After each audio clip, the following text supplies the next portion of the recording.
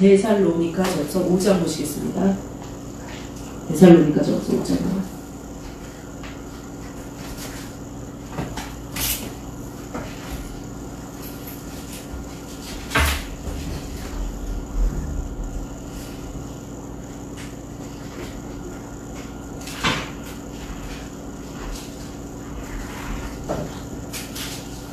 신약 332페이지입니다. 신약 332페이지 15절까지 제가 읽어보겠습니다.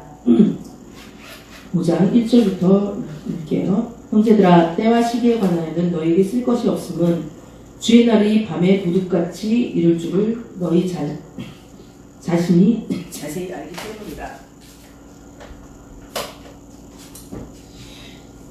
그들이 평안하다 안전하다 할 그때 임신한 여자가 해산의 고통이 이름같이 멸망이 갑자기 그들에게 이르리니 결코 피하지 못하리라. 형제들아, 너희는 어둠에 있지 아니하매 그날이 도둑같이 너에게 임하지 못하리니 너희는 다 빛의 아들이요 낮의 아들이라. 우리가 밤이나 어둠에 속하지 아니하나니 그러므로 우리는 다른 이들과 같이 자지 말고 오직 깨어 정신을 차릴지라. 자는 자들은 밤에 자고 취하는 자들은 밤에 취하되 우리는 낮에 속하였으니 정신을 차리고 믿음과 사랑에 호신경을 붙이고 구원의 소망의 투구를 쓰자. 하나님이 우리를 세우심은 노하심에 이르게 하심이 아니요 오직 우리 주 예수 그리스도로 말미암아 구원을 받게 하려 하심이라.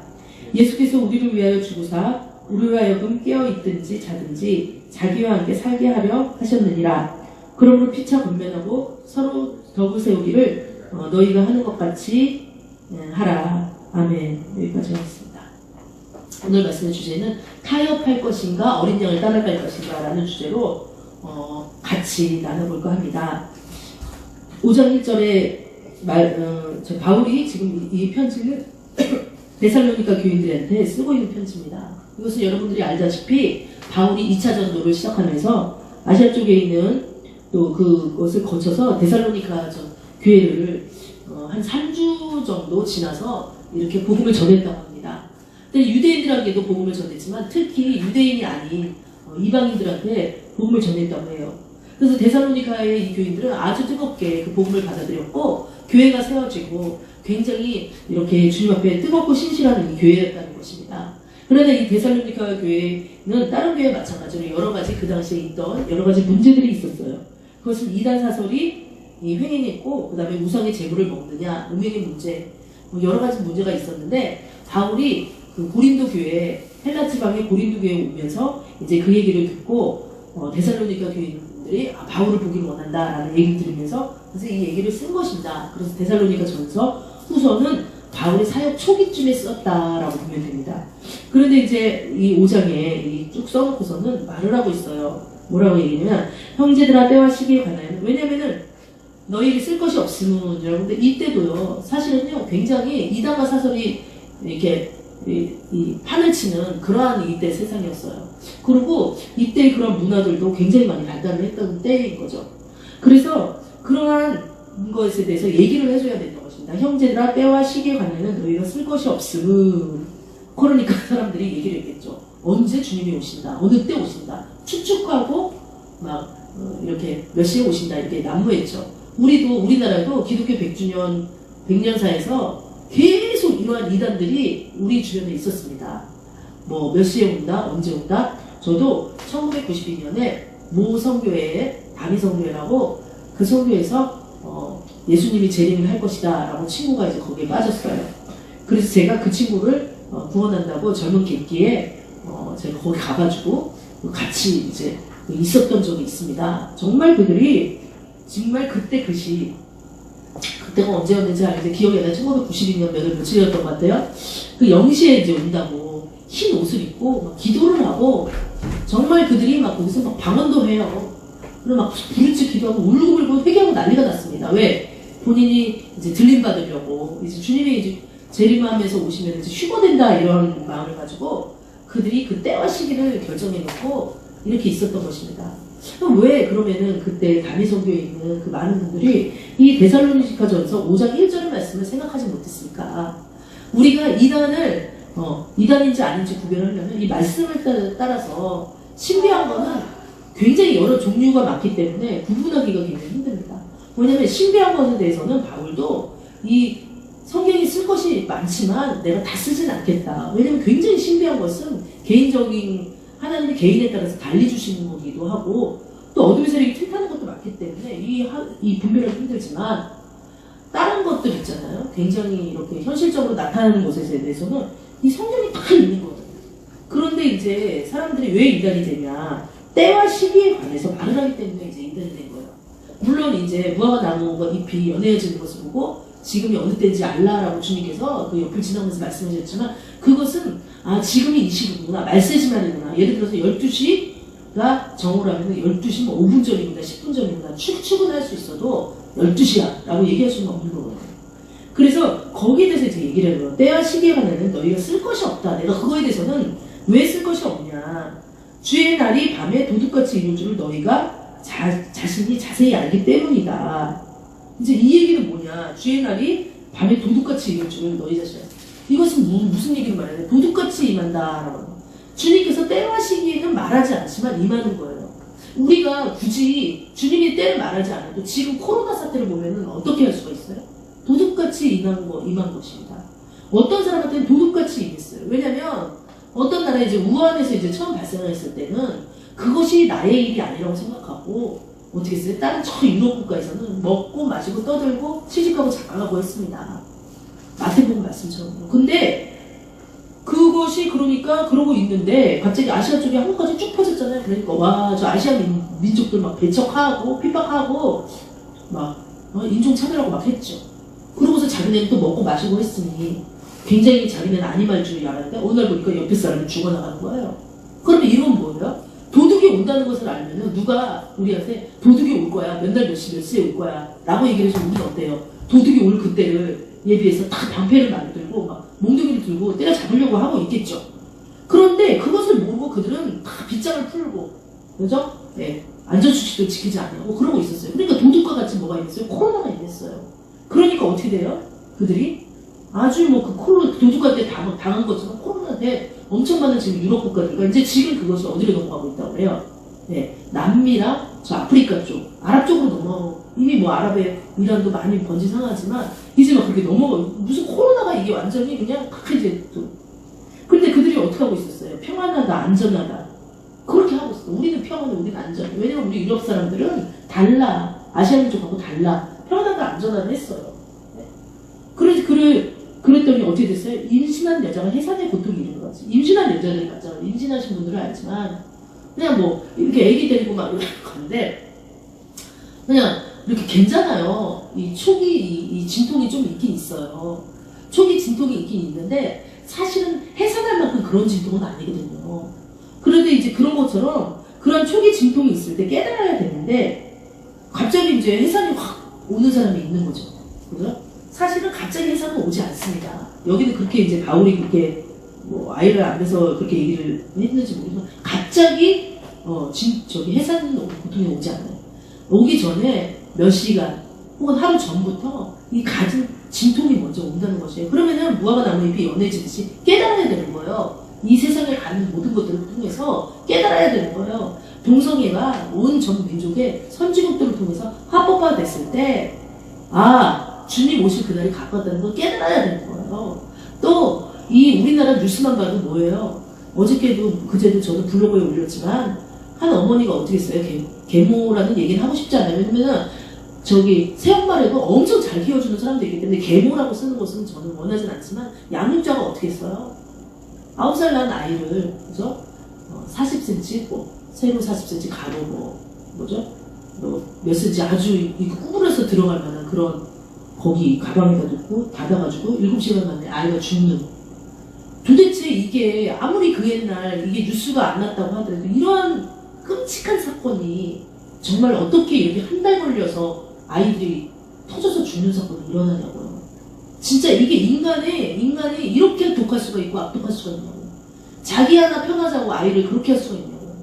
아니면은 또 하나는 다른 이유를 들자면 저는 심리학을 전공한 사람이라 여러 가지 이유가 있습니다. 그 양육자의 어머니한테 학대를 당했다든지 우리 인간이 얼마나 연약하냐면요. 학대를 당하죠. 그럼 그거를요 버리지 못해요. 로봇가 아니기 때문에 이 무의식 속에서 딱 숨겨나고 있다가 촉발 사건이 딱 일어나죠. 어떤 식으로든 터지게 돼 있어요. 잠깐 얘기를 드리지만 그 어머니 같은 경우는 사실은 어렸을 때 아마 그 어머니 그 딸하고 학대를 당했을 거예요. 뭐 아이가 뭐 거짓말을 한다고 그래서 뭐 그랬다고 뉴스를 언뜻 본 것 같긴 한데 어떤 정직에 대해서 엄청 이 부모가 그죠? 이 사람을 뭐 했다든지 아니면 너무 느슨하게 했다든지 둘 중에 하나예요. 극단적인 방법으로 나옵니다. 그랬을 때 그것이 무의식에 꽉 상처로 이 어린아이가 자라지 못하고 어른인데 그걸 떨쳐버려야 되는데 자라지 못하고 있다가 자기와 비슷한 나이 혹은 자기처럼 연약해 보이는 그 어린아이의 그 모습을 보면서 그 범죄한 모습을 보면서 과하게 자신이 하나님에 대해서 심판하려고 하다 보니 그죠? 그렇게 아이를 죽을 줄도 모르고 나중에 본인이 이제 했다고 했잖아요. 그렇게 인간이 막 이제 이성을 못 누르게 돼 있어요. 본성이. 그러면서 여러분들이 생각해 아니 왜 지금 이 시대에 왜 이런 일이 많이 벌어질까? 그거는 옛날에도 그랬지만 지금 매체가 발달해서 그래. 천만에요. 우리 기독교 초기에 들어왔을 때 처음에 들어왔을 때는 먹고 살고 바빴고 그래도 온전히 있었어요. 물론 가끔가다 그런 사건들이 하나 있었지만 그런 사람들이 있었겠지만 이렇게 전반적으로 이렇게 악독함이 퍼지진 않았어요. 그런데 지금은 뭐예요? 엄청나게 그 악독함이 되게 퍼지고 있어요. 그리고 사람들이 굉장히 이게 있어요. 우리 안에 뭐가 있냐면 이 거울세포라고 그래가지고 거울 유령이라고 해서 신경세포가 있어서 우리 인간한테 뭐가 있냐면 저 인간이 저 사람이 하는 거를 내가 보고 그것을 나도 모르게 따라하고 흡수하게 하는 이런 것이 있어요. 물론 학자들 가운데는 그게 좋아하는 사람 가운데 일어난다고 했지만 인간 마음에 악을 좋아하는 마음이 본성이 있잖아요. 그러니까 저 사람이 뉴스에 그 내용이 나오죠. 그러면 그걸 똑같이 또 그 사람이 해요. 그래서 범죄의 양상을 보세요. 범죄의 양상을 보면 어떤 범죄가 하나 터지죠. 그럼 모방 범죄들이 계속 나오는 겁니다. 그래서 하나님께서 어떻게 보면은 노아 홍수 때 창세기에 노아를 남겨두고 사람들을 쓸어버릴 수밖에 없었던 하나님의 마음을 우리 너무나도 그런 것들을 보면서 이해를 하는 거예요. 그래서 어떻게 임하느냐 그런 사람들한테는 안전하다 평안하다 나는 부유하다 라오디에 교회처럼 나는 정말 나 부유하다 나 막 이렇게 하는 그 사람들한테 어떻게 임하느냐 도둑과 같이 임한다는 거예요. 나는 괜찮아 또한 도둑과 같이 임하고 그들에게는 그것이 임하는데 어떻게 임하냐 해산의 고통이 이름을 받지 해산할 때 얼마나 힘들어요. 해산해 본 여인들은 알지만 그래서 여인들이 더 여성들이 더 예수님을 잘 믿나? 그냥 그 하늘이 노래지잖아요. 정말 해산의 고통이 이름을 받지. 이 바울이 봤을 때 가장 큰 고통은 아마 해산의 고통이라고 생각을 했나 봐요. 그러니까 이제 여기다가 해산의 고통이 이름을 받지 멸망이 갑자기 그들에게 이르리니 결코 피하지 못한다. 그러니까 우리가 정말 막 그렇게 자만했잖아요. 우리 가학이 얼마나 좋아. AI가 어떻고 우리는 앞으로 막 우리는 정말 지금 갑자기 생각이 안 나는데 새로운 우리는 새 인류라고 해가지고 말이죠. 우리가 로봇의 장기를 몇 개 인간한테 이렇게 깨닫고 심지어는 우리의 감정 호르몬을 없앰으로 말미암아 그 사람들이 감정 때문에 이렇게 이 사람들이 이렇게 인류가 이렇게 힘들다. 그러니까 감정을 좀 없앰으로 말미암아 굉장히 되게 이성적으로 로봇과 거의 같이 하게 하면서 인간이 그렇게 살 수 있는 그럼 인간은 영원히 살 수 있다는 그 책이 있어요. 지금 기억이 좀 안 나네요. 그 책이 있는데 그 책을 통해서 지금 그 책이 많은 대학교에서 엄청난 이 폭발적인 반응 인간이 영원히 살 수 있대. 인간이 감정만 조절하면 영원히 살 수 있대. 라고 하면서 그 신인류에 대해서 막 이 얘기를 하면서요. 그 책들이 불티나게 팔리고 또 교수들이 앞다퉈서 이것은 대단한 이것은 내용이다라고 하면서 그 석학들을 외국에서 초청을 해가지고 사람들 앞에서 이것을 이렇게 이 지식인들을 통해서 대학생들을 통해서 이것을 연설하게 하고 강의를 듣게 만들어요. 이 얼마나 우리 인간의 교만이었어요. 정말 어떻게 보면은 우리 창세기 11절 말씀처럼 바벨탑을 주님께서 우리에게 자연적인 그 돌을 주시고 그것을 통해서 건축을 하게 만들었는데 벽돌을 인간이 굽기 시작하면서 벽돌로 바벨탑을 막 쌓으면서 어떤 일을 했어요? 자, 우리가 모두 다 합쳐서 저 하늘까지 가보자 라고 하면서 하나님을 막 대적하니까 하나님이 신이 내려오셔가지고 그것을 보고 이들이 우리와 같이 될까 걱정을 하신 거예요. 어떤 걱정이 있어요? 에덴 동산에서 선악과를 먹고 우리와 같이 그죠? 선과 악을 지식을 알면서 우리와 같이 되면서 그죠? 그 마귀의 세력에 넘어가면서 계속 그들이 영원히 살까 걱정해서 그 에덴 동산에서 쫓아냈듯이 인류가 하나님한테 대적하면 하나님은 어떤 일이 벌어집니까? 하나님 그 대적에 대해서 손을 들 수밖에 없는 일이 벌어지고 사실은 그러한 것들이 최근에 많이 발생하고 있다는 거 배우지 않는 우리들은 알아야 돼. 그래서 그러면 왜 이것이 중요하냐? 왜 그 신인류에 대해서 얘기하고 AI라고 해서 그 로봇가 인간이 되는 이것이 왜 인간 앞으로 다가올 그 미래에 대해서 왜 중요하냐? 왜냐면은 지식층들이 이 전 세계를 그 리더십이 될 거기 때문이에요. 우리는 뭐 그냥 지금 뭐 재난 자금만 이렇게 타먹고 그냥 우리가 당장에 먹고 살 것만 있으면 좋다라고 하지만 인류가 이렇게 방향이 바뀌어가고 정치의 방향이 바뀌어가고 그 어떠한 그들의 어떤 주관과 사상이 변해가는 것을 우리는 아주 눈여겨서 꿰뚫어서 독수리 매 눈같이 그들을 쳐다봐야 될 줄 믿습니다. 그랬을 때 우리 인류가 어떻게 변하는지 그리고 이제 왜 차별금지법에 대해서 왜 또 이제 저는 저 하나님파지만 극자 극우파도 아니고 하나님파지만 왜 어떠한 사람들이 차별금지법에 대해서 반대한다고 왜 나옵니까? 차별금지를 통해서 그저 동성애하는 사람들을 차별하지 말라라는 그 조항을 넣기 때문에 동성애라고 얘기하진 않지만 성에 대해서 차별하지 말라라고 얘기했죠. 근데 동성애도 지금 어떻게 됐어요?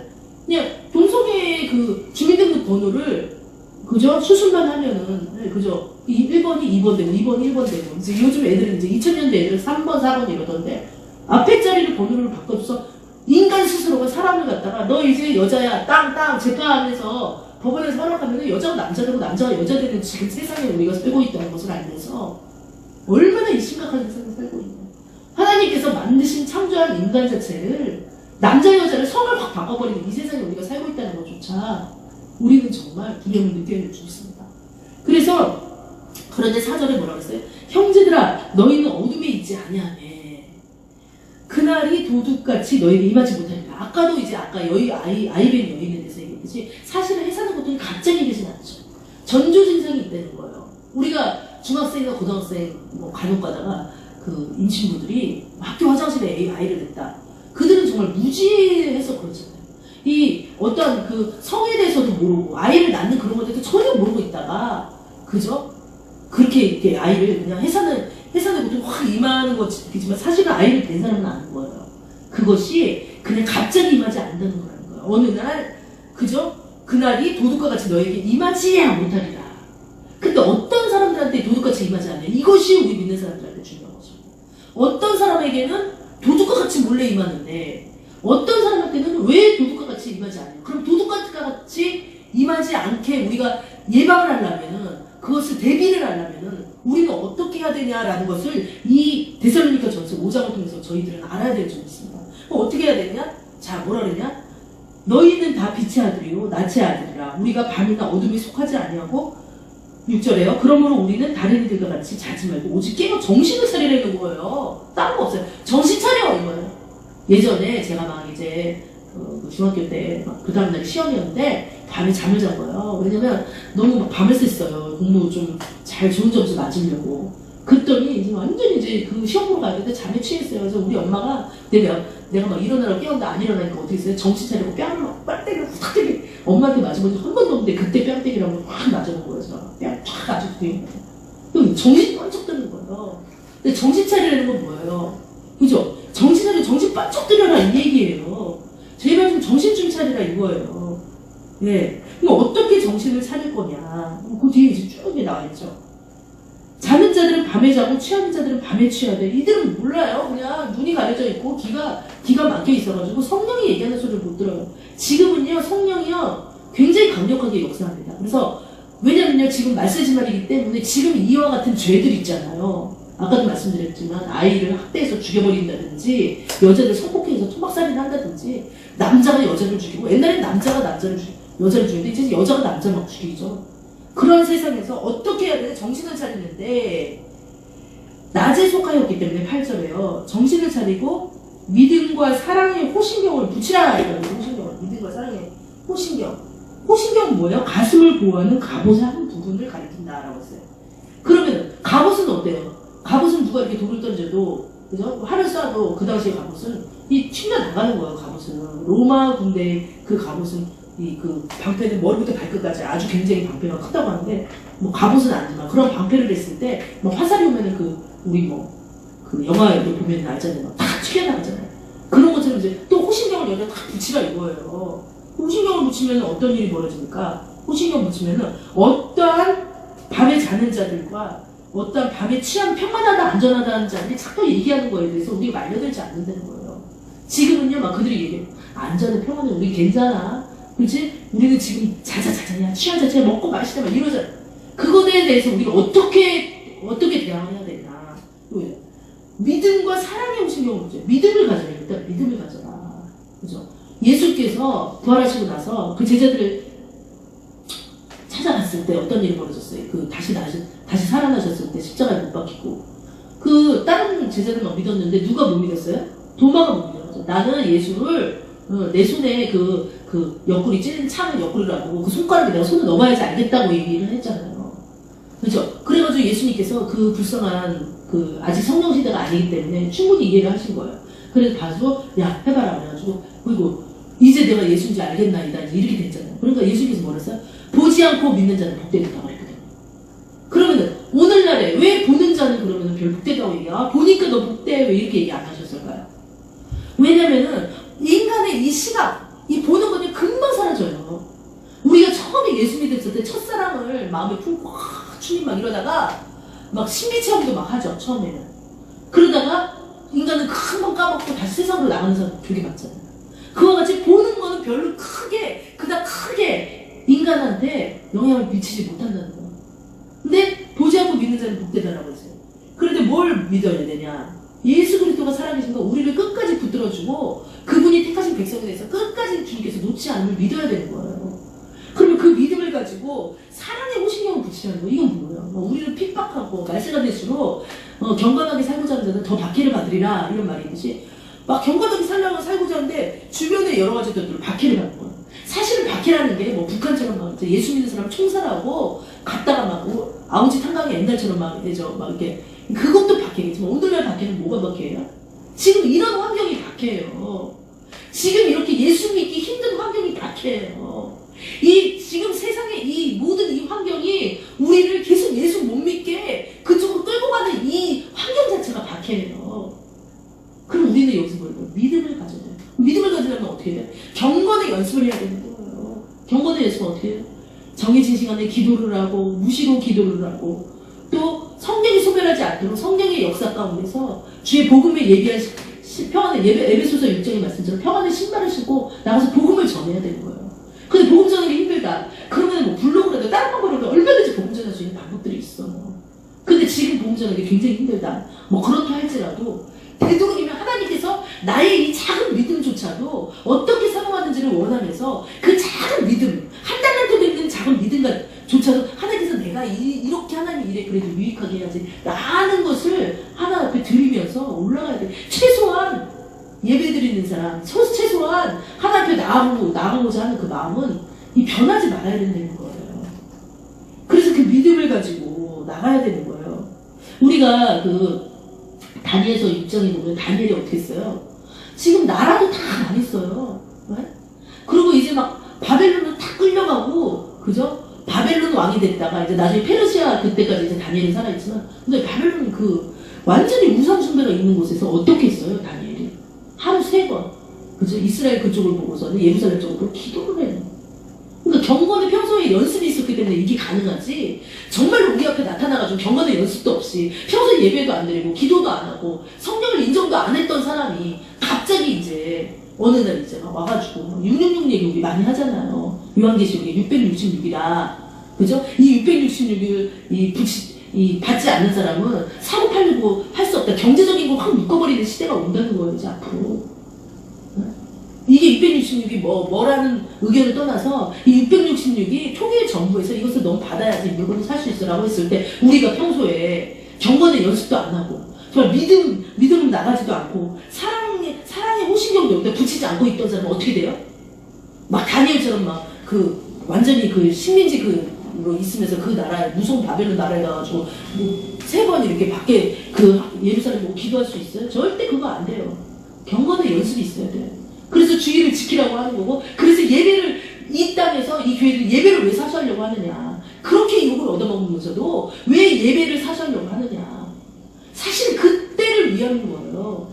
그때를 위해서 차세대라는 건 뭐예요? 청소년 지금 주일학교 초등부의 아이들을 지키려고 하는 이유는 그때를 대비해서, 그때가 머지 않았다고 하는데 그때 666을 대비하면서 적그리스도가 정말 진짜 지금도 적그리스도가 있다고 하지만 나타났을 때 정말 우리의 그 어떤 기독교인으로서 자유롭게 예배드리는 것을 뺏길 날이 있다고 성경은 말하고 있기 때문에 안 와야 되겠지만 그때를 대비해서 우리가 경건의 연습을 하고 예배를 모여서 드리는 거예요. 그래서 오늘날의 이 예배, 오늘날의 이 경건의 연습은 너무나도 우리에게 중요한 것입니다. 우리는 현재를 살지만 미래를 사는 사람들이에요. 현재를 살지만 미래를 사는 사람들이에요. 현재에 쌓여나가는 우리의 행동들이 미래를 결정한다는 것을 알아줘야 돼요. 그래서 그렇게 말씀드렸으면 사랑의 홍신경을 붙이고, 이 사랑의 홍신경은 왜 필요해요? 우리가요, 어떨 때 우리가 넘어져요? 사랑 때문에 넘어질 때가 많다는 거예요. 교회 안에서도요, 사람들이요, 막 서로 시험 들게 하고요, 사람들이 그래가지고 교회를 떠나고요, 하나님한테 떠나는 사람이 많아요. 하나님이 그런 게 아닌데 사람이 그런 건데. 그러니까 거기다가 뭘 붙이라는 거예요? 사람을 이해할 수 있는 사랑의 홍신경을 붙이라는 거예요. 여기다가 사랑의 홍신경을 붙이면 어떤 불화살이 나한테 와도 이 사랑의 홍신경을 맞고 떨어질 거 아니에요. 그래서 바울이 생각한 것은 사랑의 홍신경을 붙이라. 인간을 막 저주하고 미워했을 때 그 일이 벌어지는 거 아니에요. 자기 자신을 사랑하지 못하기 때문에 애를 갖다 가방에 넣어가지고 죽여버린 거거든요. 그것은 결국 무엇이냐? 자기의 9살 때 그 아이의 모습을 걔한테 연약한 모습을 봤기 때문에 그 자기 자신을 죽여버린 거거든요. 인간은 2가지예요. 자살하거나 남을 죽이거나. 못 견디기 있기 때문에. 왜냐면 자기의 그 험한 모습을 다른 사람을 통해서 보면은 어떤 사람은 죽여, 어떤 사람은 자기가 자살해. 2가지. 인간이 그렇게 연약하다는 거예요. 그러니까 제발 사랑의 홍신경을 붙여서 자기 자신도 사랑하고 내 이웃을 내 몸과 같이, 내 이웃을 내 몸과 같이 사랑해.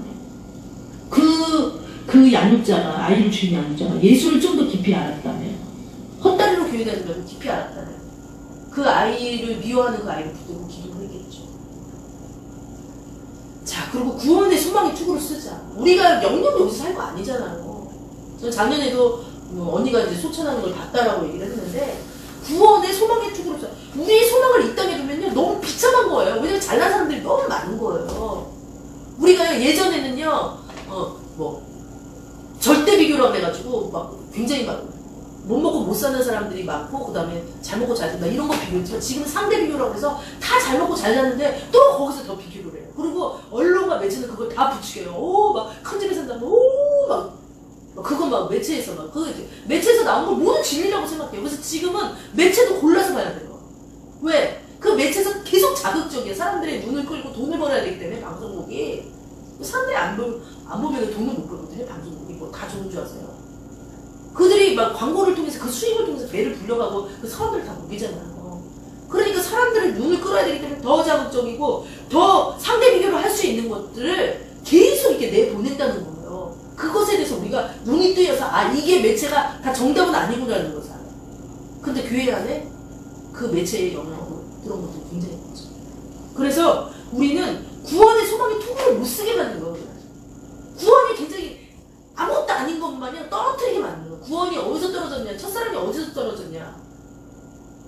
구원의 소망의 투구를 썼을 때, 투구를 쓰면 어떻게 돼요? 투구를 쓰면, 로마 배우들 투구 딱 쓰면, 그래서 어떤 돌이 날라오고 어떤 소리가 막 들려. 속삭이는 소리 잘 안 들리잖아. 투구를 쓰면 이 투구, 머리가 가장 중요한 거야. 머리. 왜 구원을 투구라고 했을까? 투구에 비유해 있을까? 이 머리 한번 맞아봐요. 머리. 뇌에 무슨 일이 생겨봐요. 못 살아요. 물론 심장은 의외로 사랑의 홍신경을 붙였지만 머리 굉장히 중요하죠. 그래서 이 머리, 이 구원의 투구를 우리가 우리의 사상 가운데, 우리의 기본 관념 가운데 이 구원이라는 거, 우리는 지금 죽어도 구원받을 거야. 우린 구원을 이루어나가는 걸 거야. 그러니까 세상은 다 예배를 안 드린다고 그러지만 우리는 예배를 드릴 거야. 예수님은 살아계시기 때문에 막 이런 의지로만 되는 건 아니에요, 사실은. 예수께서 우리의 그런 기도에 응답을 하시는 거예요. 그래서 우리가 지금 이렇게 예배드릴 수 있는 거거든요. 그래서 구원의 투구를 썼을 때 세상이 주는 어떠한 그런 평안하다, 안전하다, 그죠? 그 다음에 괜찮다, 그 다음에 좀 더 자자, 좀 더 눕자, 같이 먹고 마시자, 이런 거에 말려 들어가지 않는다는 거예요. 왜? 나는 구원될 거기 때문에. 구원은 한 번에 되는 게 아니라 이루어 나가는 거기 때문에, 나는 구원을 이루어 나가야 하기 때문에 너네들하고 절대 타협하지 않아. 이렇게 할 수 있는 거예요. 그래서 그렇게 하자고 이렇게 사도 바울이 아주 부드러운 말투로 데살로니가 교회에게 얘기를 하고 있어요. 그러면서 하나님의 사랑에 대해서 구절을 얘기하고 있어요. 마지막으로 하나님은 우리를 세우심은 노하심에 이르게 하심이 아니에요. 오직 우리 주 예수 그리스도로 말미암아 구원을 받게 하는 거. 우리가 어떠한 일 가운데, 우리가 막 지금 코로나 때문에 막 이렇게 있는 거는 우리를요 막 핍박하려고 하나님 막 노예해서 그런 게 아니라 우리 주 예수 그리스도 말미암아 구원을 받게 하려고 이러한 모든 것들을 허락하셨다. 물론 원수마귀가 막 하지만, 개척교회 막 사람들 걸리게 하고 막 그런 영적 싸움이 있지만, 그들이 또 막 그 규칙을 안 지켜가지고 마귀가 들어가 있는 어떻게 틈이 됐지만, 혹시 또 뭐 그들이 걸려가지고 안 믿는 사람을 또 구원시키려고 하는 뜻이기 때문에 우리는 그거에 대해서 뭐라고 얘기하지 못해요. 함부로 말할 수 없어요. 그들이 개척교회 목사님들이 코로나 걸리고. 그렇지만 어쨌든 간에 하나님이 어떠한 일로 어떠한 우리를 세우심은 노함에 이르게 하는 것이 아니라 구원받게 하려고 그 모든 일이 있는 거예요. 어떻게 보면 우리 언니 작년에 수천한 것도 궁극적인 목적은 그 영혼을 구원하려고 모든 일이 있었다라고 생각해요. 다 모든 시험과 환난과 연단과 모든 것들은 궁극적인 하나님의 우리의 하나님의 가장 미련한 것이 우리의 가장 선한 것보다 낫다라는 그 말이 있잖아요. 미련하게 우리 인간한테 보이지만 하나님은 최선이에요. 그래서 자, 그렇게 이렇게 데살로니가 얘기했고 5장 16, 17, 18절에 항상 기도하라, 쉬지 말고 기도하라, 범사에 감사하라, 19절에 성령을 소멸치 말고, 20절에 예언을 멸시하지 말고, 21절에 범사해야 할 좋은 것을 취하고, 22절에 악은 어떤 모양이라도 버려라. 악한 것이 있다면 버려라. 상가 누구에게 악으로 악을 갚지 말라. 이렇게 서로 대하든지 모든 사람을 대든지 항상 선을 따르라. 이것을 우리는 죽을 때까지, 또 이 세상이 멸망할 때까지 하나님 앞에 지켜야 될 줄 믿습니다. 그리고 성령님 도와주시옵소서. 파라콜클라토스라고 해가지고 성령은 도와주는 영이잖아요. 도와주는 하나님이잖아요. 성령님 우리를 도와주시옵소서. 잘 안 되니까 도와주시기라고 기도해야 될 줄 믿습니다. 그래서 이 시간에 기도할 때 하나님, 주님 기도드립니다. 정말 세상은요 괜찮다, 안전하다, 그죠? 막 다 자자, 같이 그렇게 어둠에 속하자라고 얘기하지만 우리는 깨어서 기도할 것입니다. 그리고 우리는 정말 안전하지 않다는 것을 알고 있습니다. 그래서 하나님, 우리는 정신을 차리게 도와주시옵소서. 우리 낮에 속한 빛의 자녀라는 것을 깨닫게 해주시옵소서. 믿음과 사랑의 호신경을 그치게 하여 주시옵소서. 구원의 소망의 투구를 붙들게 하여 주시옵소서. 주님, 우리에게 믿음과 사랑을 주시옵소서. 구원의 소망의 투구를 쓸 수 있는 저희들 될 수 있도록 도와주시옵소서. 성령의 역사에 달라고 주의 정을 기도하시겠습니다. 주여, 주여 아버지 하나님, 주여 아버지 하나님, 주여 아버지 하나님, 주여 아버지 하나님, 지금